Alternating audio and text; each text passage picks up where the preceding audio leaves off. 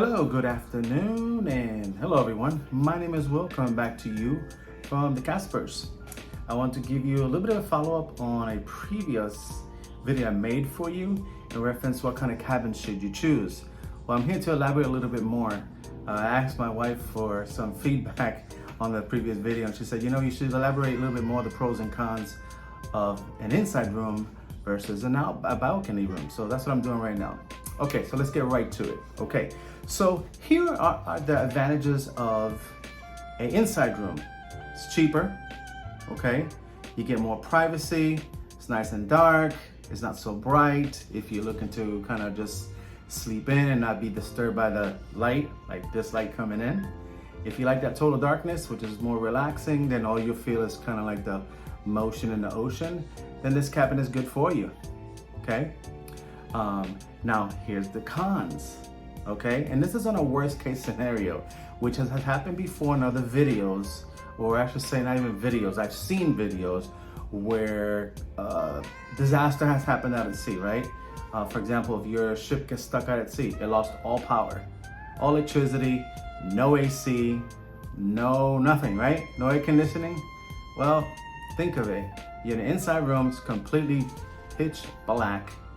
Everything's gonna be dark. You go in the hallway, it's gonna be completely dark as well until you get to top deck, right? That's when you see the light, like, oh, light.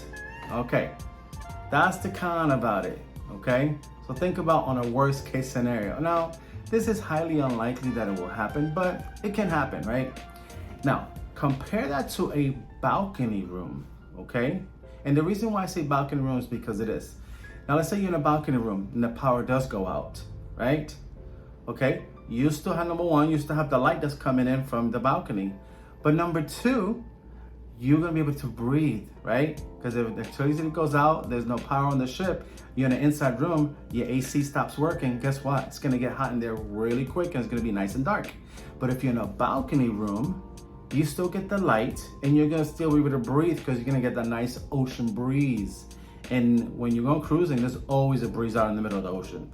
So worst case scenario, you get stuck out there on a balcony, you get the light, you get a nice cool breeze, and it's not so bad, even though it's a horrible thing to happen. So that's what you kind of have to weigh out and see, what's good for you. If you plan for a worst case scenario, which is highly unlikely, but it can still happen. So think about that, folks. Those are pros and cons to each one, okay? There you go. Decide for yourself. Take the risk for yourself to see and pray none of that stuff happens. All right, folks, that's all I have for you today, which is a quick little advice on the pros and cons. I will make a separate video on my next segment coming up really soon. So until next time, thank you for watching. Take care and talk to you soon.